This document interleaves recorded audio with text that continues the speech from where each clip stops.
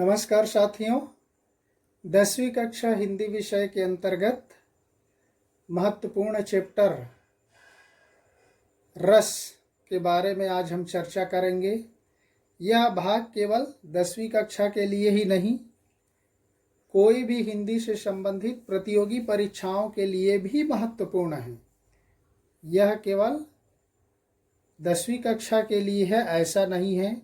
आप छोटे से छोटे हिंदी से संबंधित परीक्षा, चाहे वह बैंक का हो, रेलवे का हो, एसएससी का हो, पुलिस भर्ती का हो, शिक्षक भर्ती का हो, इवन नेट और जेआरएफ में भी रस से संबंधित प्रश्न पूछा जाता है, हमने कई बार देखा है। तो इसलिए यह भाग प्रतियोगी परीक्षाओं के लिए भी महत्वपूर्ण है और यह व्याकरण का महत्वपूर्ण भाग है, क्योंकि इसके बगैर साहित्य नहीं रह जाता। रस नाम से ही पता चलता है, रस बोलने से ये हमारा भौतिक फिजिकली फ्रूट्स जूस है उससे संबंध नहीं है। जो जूस है उससे हमारा कोई संबंध नहीं है। इस रस का मतलब है मन के आनंद से है। इसलिए रस को विद्वानों ने काव्य की आत्मा कहा है। जैसे अलंकार के बिना कविता व्यष्ट है, भूषण बिनु न विराजई, कविता वनिता मित्य। उसी तरह से रस के बगैर भी कविता अपूर्ण है, नीरस है। और नीरस जिसको पढ़ने से सुनने से आनंद ना आए वह कविता ही क्या है, वह साहित्य ही क्या है। तो इसलिए चलिए देखते हैं उसके परिभाषा की ओर। रस का शाब्दिक अर्थ है आनंद। देखिए वहां पर बताया जा रहा है, रस का शाब्दिक अर्थ है आनंद। और काव्य या साहित्य को पढ़ने, सुनने या देखने से जो आनंद की अनुभूति होती है उसे रस कहा जाता है। हम कोई भी कविता, कहानी, उपन्यास, नाटक जो भी पढ़ते, सुनते या देखते, चाहे वह दृश्य के माध्यम से हो, चाहे वह श्रव्य, दोनों होता है, दृश्य और श्रव्य। दृश्य मतलब देखने से जो आनंद की प्राप्ति होती है, श्रव्य मतलब सुनने से, जैसे रेडियो वगैरह में केवल सुना जाता है, और पठन से, पठन पाठन से, पढ़ने से, पढ़ाने से जो रस प्राप्त होता है, आनंद प्राप्त होता है, उसे ही साहित्य में रस कहा जाता है। आचार्य भरत मुनि जो रस के प्रतिपादक, अधिष्ठाता, आचार्य माने जाते हैं, भरत मुनि, इसको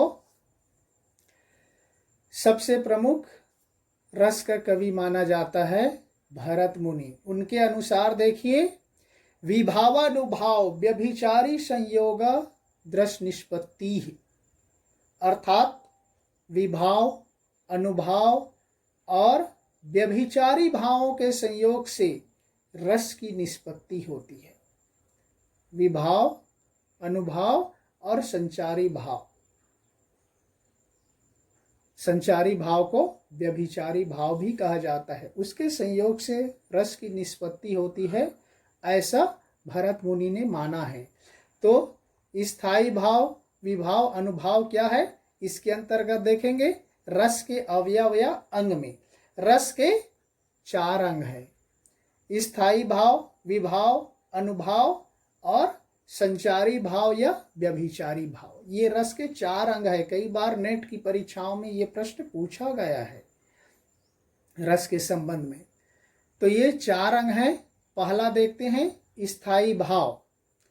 स्थायी भाव का आशय है प्रधान भाव, जो रस के आगे जुड़ता है। जैसे श्रृंगार रस का स्थायी भाव है रति या प्रेम, तो रति या प्रेम क्या बन गया, स्थायी भाव बन गया। इनकी संख्या मानी गई है 9 मानी गई है।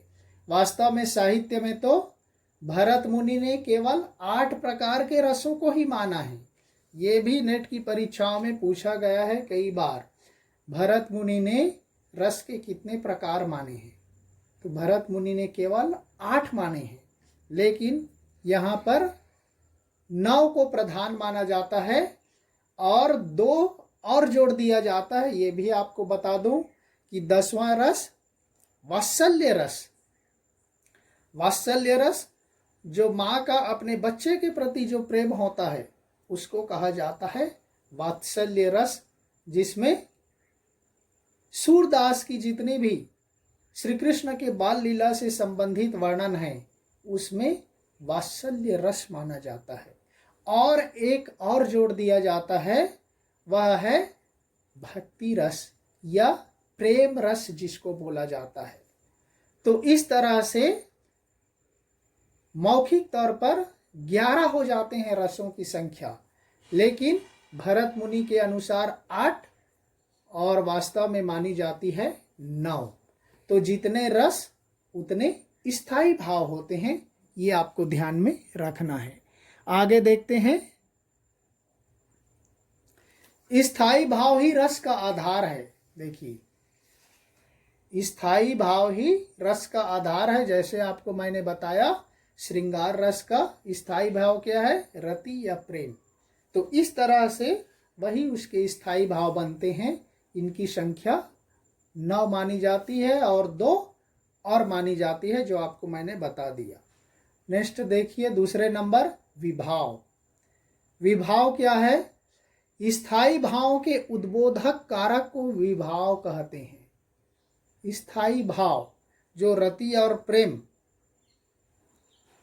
किसके कारण, किन परिस्थितियों में उत्पन्न होता है, उनको ही कहा जाता है विभाव। और इसके 2 प्रकार हैं। स्थायी भाव के इस विभाव के 2 प्रकार हैं। एक आलंबन विभाव, दूसरा उद्दीपन विभाव। तो ये उसके और विस्तार में जाता है, हम उस पर चर्चा नहीं करेंगे। बस विभाव के 2 प्रकार हैं, ये याद रखिए, आलंबन विभाव, उद्दीपन विभाव। तीसरा है अनुभाव। अनुभाव देखिए, मनोगत भाव को व्यक्त करने वाले शारीरिक विकार को अनुभाव कहते हैं। देखिए, मनोगत भाव जो व्यक्ति के मन के भाव होते हैं, वही शारीरिक विकार, मन के भाव को ही साहित्य में अनुभाव कहा जाता है। इनकी संख्या 8 मानी गई है। देखिए, स्थायी भाव की संख्या कितनी मानी गई? 9 मानी गई है। भरत मुनि के अनुसार 8 मानी गई है। 9 में भी 2 और जोड़ा गया है, वात्सल्य रस, भक्ति रस और या प्रेम रस। विभाव के 2 भेद, आलंबन विभाव, उद्दीपन विभाव।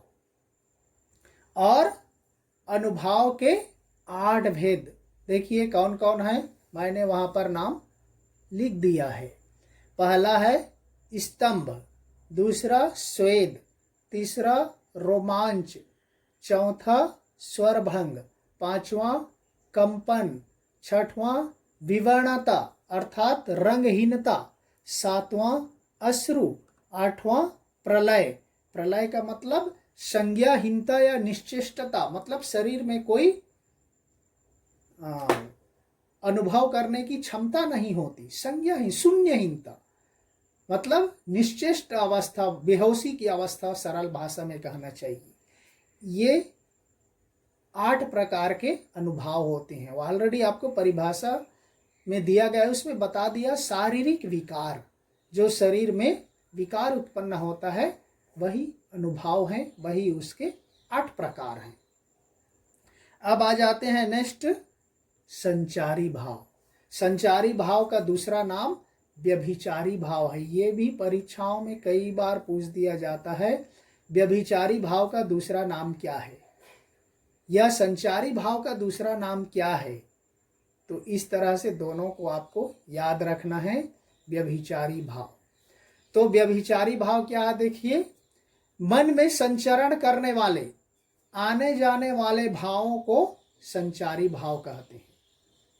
संचारी भाव मन में थोड़े थोड़े फ्यू सेकंड के लिए जो विचार आते, उन्हीं विचारों को संचारी भाव या व्यभिचारी भाव कहा जाता है।